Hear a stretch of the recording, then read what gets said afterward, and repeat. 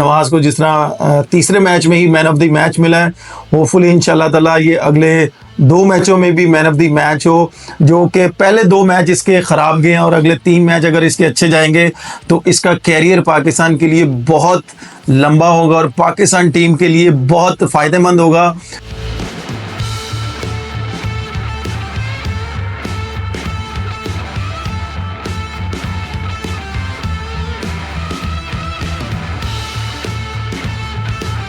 जैसा कि आपको पता है कि आज तीसरा T20 हुआ है पाकिस्तान वर्सेस न्यूजीलैंड।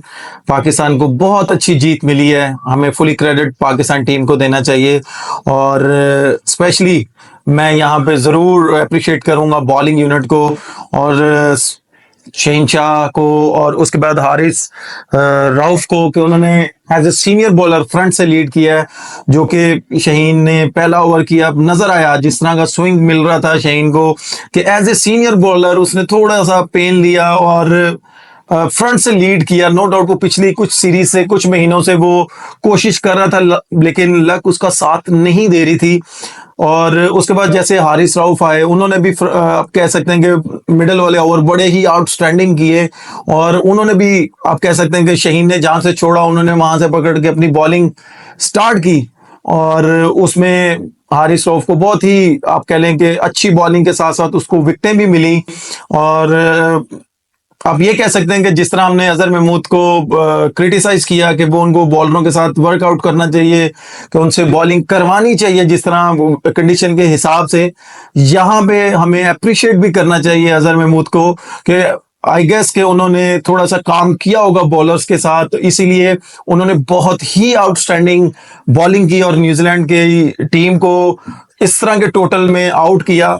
और आप ये कह सकते हैं कि पाकिस्तान ने ये मैच जीता है, जो कि एज ए प्लेयर मैं आपको बता सकता हूं, एज ए फैन मैं आपको बता सकता हूं कि बहुत ज्यादा खुशी हुई है कि पहले 2 मैच हम जिस तरीके से हारे हैं और ये जब हम तीसरा मैच हमने विन किया है, आप ये कह सकते हैं कि हमने न्यूजीलैंड के मुंह से हमने नवाला निकाल लिया है कि हमने उनको सीरीज जीतने नहीं दी। हम लोग अभी भी सीरीज के अंदर हैं और आप ये कह सकते हैं कि अगर हम चौथा मैच भी विन करते हैं तो फिर ये सीरीज 2-2 से बराबर होगी।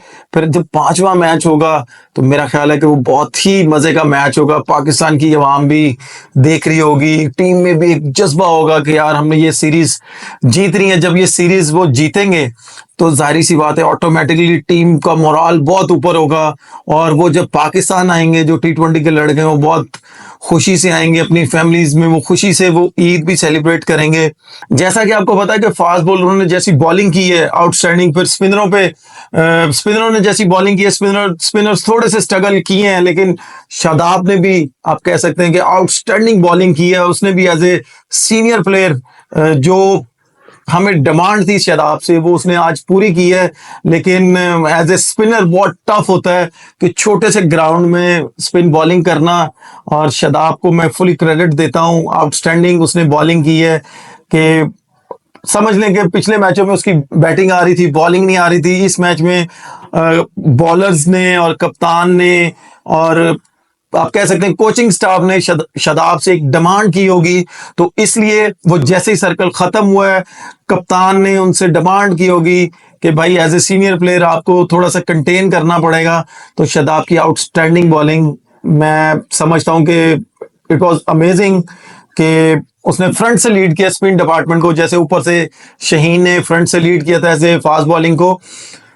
इसमें फिर इतना टोटल ना होता शायद जिस तरह पाकिस्तान टीम ने आउट किए हैं, कि आप ये कह सकते हैं कि पाकिस्तान टीम ने तकरीबन 20 से 22 रन एक्स्ट्रा दिए हैं, जिसमें उन्होंने बाउंड्रीज बहुत आसानी से दी हैं। आसानी से इसलिए मैं कह रहा हूं कि उन्होंने मिसफील्ड की है।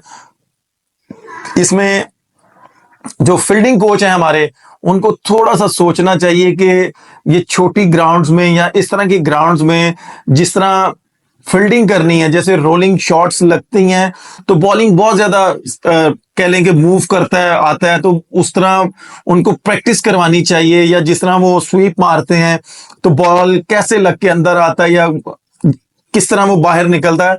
तो हमारे बैट्समैन हैं जो बाउंड्रीज पे होते हैं, तो उनको पता होना चाहिए कि अगर ये हम स्वीप शॉट खेल रहे हैं तो ये लग के अंदर ही आएगा, वो ज्यादा भाग के कोशिश ना करें कि हमने ये बाउंड्री रोकनी है, जरा बॉल को अपने पास आने दें, क्योंकि छोटे ग्राउंड्स में अगर बॉल को अपने पास आने देंगे, बड़े जब शॉट लग रहे होंगे तो उनके लिए आसानी होगी। अगर हम ये 20 से 22 रन अगर हम कंटेन करते, तो जो मैं कहना चाह रहा हूं कि हम लोगों ने उनको जो 200 करने दिया, तो शायद 272 सॉरी 170 180 पे हम लोग आउट कर सकते थे उन्हें। लेकिन जितना भी हमें टारगेट मिला, मैं फुली क्रेडिट देता हूं अपने हारिस को और नवाज को, कि उन्होंने जो as a opening partnership front से उन्होंने as a batting unit lead किया।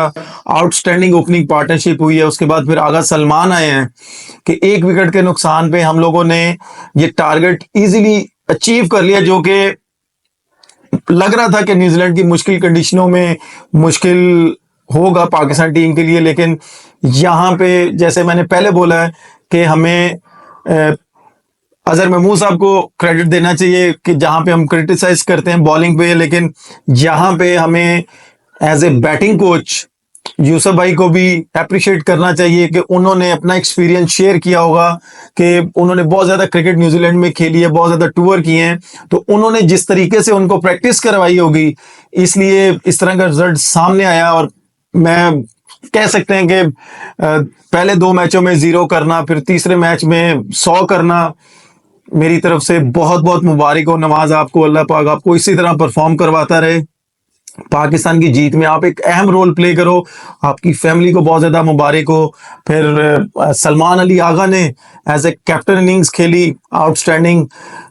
उम्मीद है कि इसी तरह जो हम लोग करते थे कि अगर कोई पार्टनरशिप लगती थी हम प्लेयरों के दरमियान में, हम कहते थे कि यार बाहर वाले बाहर ही रहे, हम दोनों ने ये मैच विन करवा के जाना है। तो आज वो चीज नजर आई है पाकिस्तान टीम में, पाकिस्तान की बैटिंग में, कि उन्होंने बोला है कि भाई बाहर वाले बाहर ही रहो, अभी हम लोग हैं, जितना मर्जी टोटल है हम लोग आराम से विन करके आएंगे। और नवाज को जिस तरह तीसरे मैच में ही मैन ऑफ द मैच मिला है, होपफुली इंशाल्लाह ताला ये अगले 2 मैचों में भी मैन ऑफ द मैच हो। जो कि पहले 2 मैच इसके खराब गए हैं और अगले 3 मैच अगर इसके अच्छे जाएंगे तो इसका कैरियर पाकिस्तान के लिए बहुत लंबा होगा और पाकिस्तान टीम के लिए बहुत फायदेमंद होगा। और आप ये कह सकते हैं कि हमें थोड़ा सा हमें एज ए प्लेयर बैक करना चाहिए। और आप ये कह सकते हैं कि टीम में अगर समझूं तो टीम में अगर फास्ट बॉलर ऑलराउंडर अगर एक होगा तो टीम और अच्छी हो जाएगी। इंशाल्लाह चौथे मैच में आपसे फिर मुलाकात होगी। पाकिस्तान जिंदाबाद।